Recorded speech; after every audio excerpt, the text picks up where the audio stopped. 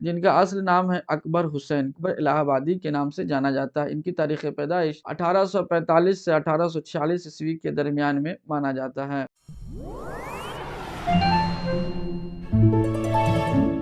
سلام مسنون، امید ہے آپ ناظرین خیریت سے ہوں گے۔ آپ کے اپنے YouTube channel fair online میں ہم آپ کا خیر مقدم کرتے ہیں۔ آج ہم آپ کے سامنے جس ویڈیو کو شروع کرنے جا رہے ہیں وہ نہایت اہم ہے۔ اس سے پہلے بھی آپ نے دیکھا کہ ہم نے تاریخ پیدائش کے اعتبار سے جو بھی ادیب ہیں آپ کے بہار بورڈ کے کہکشاں حصہ دوم کے، ان کو ہم نے شامل کیا تھا۔ آج پھر ہم انہی کتاب سے جو کہکشاں حصہ دوم ہے انہی میں سے چند ادیب کو ہم نے شامل کیا ہے، اور تاریخ پیدائش کے اعتبار سے تاریخ وفات یہ سب چیزوں کو ہم نے دیکھنے کی کوشش کیا ہے۔ ویڈیو شروع کرنے سے پہلے ایک چھوٹی سی درخواست ہم کریں گے، آپ ہمارے fair online YouTube channel کو لائک کر دیں، سبسکرائب کر لیں اور شیئر ضرور کریں۔ آئیے شروع کرتے ہیں ویڈیو کو اور ہم چلتے ہیں۔ اس میں جو شامل کیا گیا ہے وہ ہے 1797 سے لے کر کے 1884 عیسوی کے درمیان کے جو بھی ادیب ہیں ان کو شامل کیا گیا ہے۔ یہ سلائیڈز اس میں جو بھی شامل ہے وہ ہے تاریخ پیدائش کے اعتبار سے ادبا کی تفصیلات۔ آئیے ہم چلتے ہیں پھر دیکھتے ہیں کون کون ہمارے اس میں شامل ہیں۔ سلائیڈ میں شامل جو ادبا ہیں وہ آپ کے مرزا اسد اللہ خان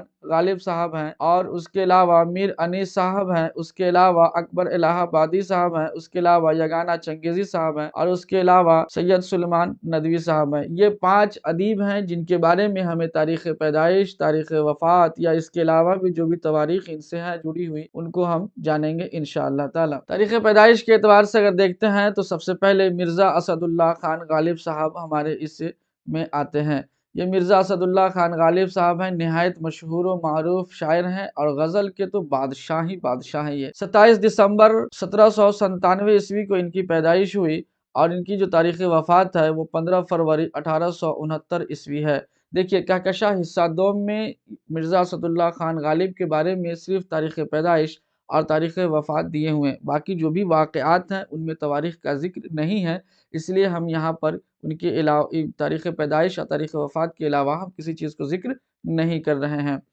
اب جو آگے ہم شروع کریں گے وہ ہے 1800 عیسوی سے لے کر کے 1899 عیسوی کے درمیان کے جو بھی ادیب ہیں ان کو ہم شامل کر رہے ہیں۔ اس میں جو سب سے پہلے جن کا نام آتا ہے وہ ہے میر انیس۔ ان کا نام پورا میر ببر علی انیس ہے۔ کیا نام ہے؟ میر ببر علی انیس ہے، یہ یاد رکھیں گے۔ تاریخ پیدائش کے اعتبار سے اگر دیکھیں تو ان کی تاریخ پیدائش ہے 1802 عیسوی۔ دیکھیے 1800 عیسوی سے ہم نے شروع کیا تھا اور یہ 1802 عیسوی ہے، اور ان کی تاریخ وفات 10 دسمبر 1874 عیسوی ہے۔ 10 دسمبر 1874 عیسوی ہے، یہ ہم یاد رکھیں گے۔ اس کے بعد جو ہمارے اگلے سلائیڈز میں جو ادیب ہیں وہ ہیں اکبر الہ آبادی، جن کا اصل نام ہے اکبر حسین۔ کیا نام ہے؟ اکبر حسین، یہ اصل نام ہے، اور انہیں اکبر الہ آبادی کے نام سے جانا جاتا ہے۔ ان کی تاریخ پیدائش 1845 سے 1846 عیسوی کے درمیان میں مانا جاتا ہے۔ اب آتے ہیں اگلی تاریخ پر، تو 1856 عیسوی کی تاریخ ان سے جڑی ہوئی ہے۔ اس میں کیا ہوا ہے ان کے ساتھ؟ اکبر الہ آبادی کی جب عمر 11 سال کی تھی تو ان کے والدین الہ آباد میں ہی یہ آباد ہو گئے، یعنی کہ یہ رہنے والے تھے دوسرے جگہ۔ پھر جب ان کی عمر 11 سال کی ہوئی یعنی 1856 عیسوی میں، تب یہ کہاں آ کر کے آباد ہو گئے؟ تو الہ آباد میں یہ آ کر کے آباد ہو گئے۔ 1898 عیسوی میں انہیں خان بہادر کے خطاب سے نوازا گیا تھا۔ یہ خطاب جو ہے ان کے انصاف اور منصف یعنی جج ہونے کے بعد جو انہوں نے کام کیا تھا اس کے عوض میں انہیں خان بہادر کا خطاب دیا گیا تھا۔ دسمبر 1903 عیسوی میں الہ آباد کی عدالت کے یہ منصف کے عہدے سے کیا ہو گئے؟ تو یہ ریٹائر ہو گئے۔ دیکھیے اردو میں کہیں کہیں آپ کو سبک دوش بھی دیتا ہے لفظ، وہ یاد رکھیں گے۔ سبک دوش اور ریٹائر دونوں ایک ہی لفظ ہے۔